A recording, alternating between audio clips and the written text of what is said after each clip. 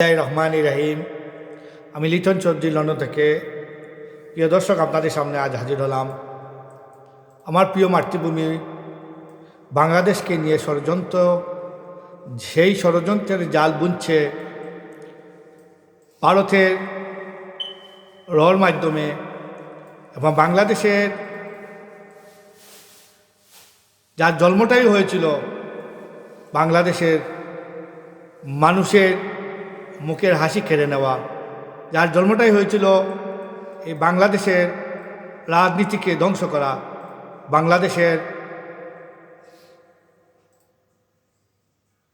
ভালো যে দেখতে পায় না সেই শেখ হাসিনা পালিয়ে ভারতে গিয়ে ভারতের মদদে, ভারতের বিভিন্ন কৌশলে, ভারতের সরকারের সহযোগিতায় বাংলাদেশের রাষ্ট্রকে জ্বালিয়ে পুড়িয়ে দিয়ে তারপরেও সে শান্তি পাবে না।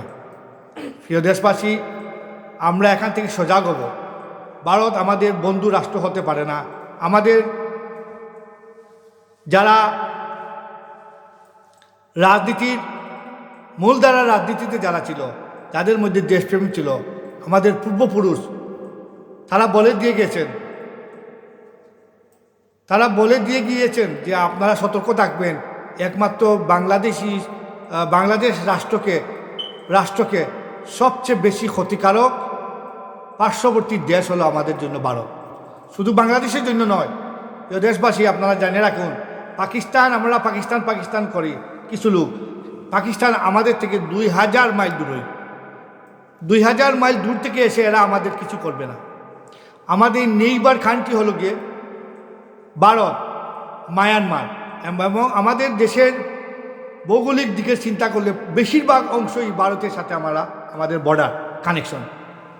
ভারতের সাথে আমাদের বেশিরভাগ বর্ডারটা ভারতের সাথে কানেকশন। তো প্রিয় দেশবাসী, আপনারা এখান থেকে আপনারা বুঝে নিয়েন, ভারত বাংলাদেশকে সবচেয়ে দাবিয়ে রাখার জন্য বাংলাদেশ, ভুটান, নেপাল, শ্রীলঙ্কাকে ধ্বংস করছে টামিল টাইগার দিয়ে। সে কে? এই ভারত।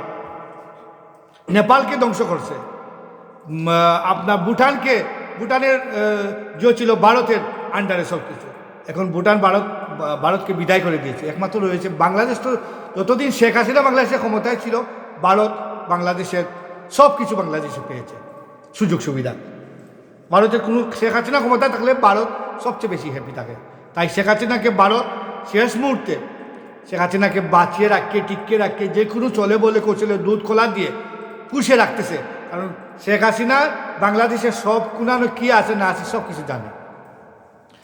তো বাংলাদেশের শেখ হাসিনাকে রেখে ইন্ডিয়ায় রেখে বাংলাদেশের ধ্বংসলীলা চালিয়ে যাবে।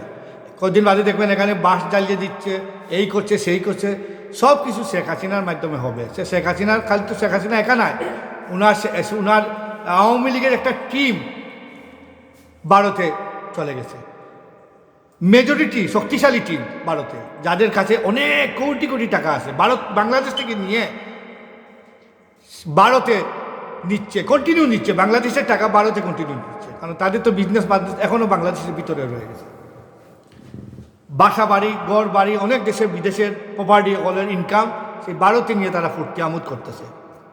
দিনের বেলা তারা গড় থেকে বাইর হয় না, রাত হলে তারা একটা রুমে তারা বৈঠক করে এভরিডে ভারতের একটা রুমে তারা বৈঠক করে।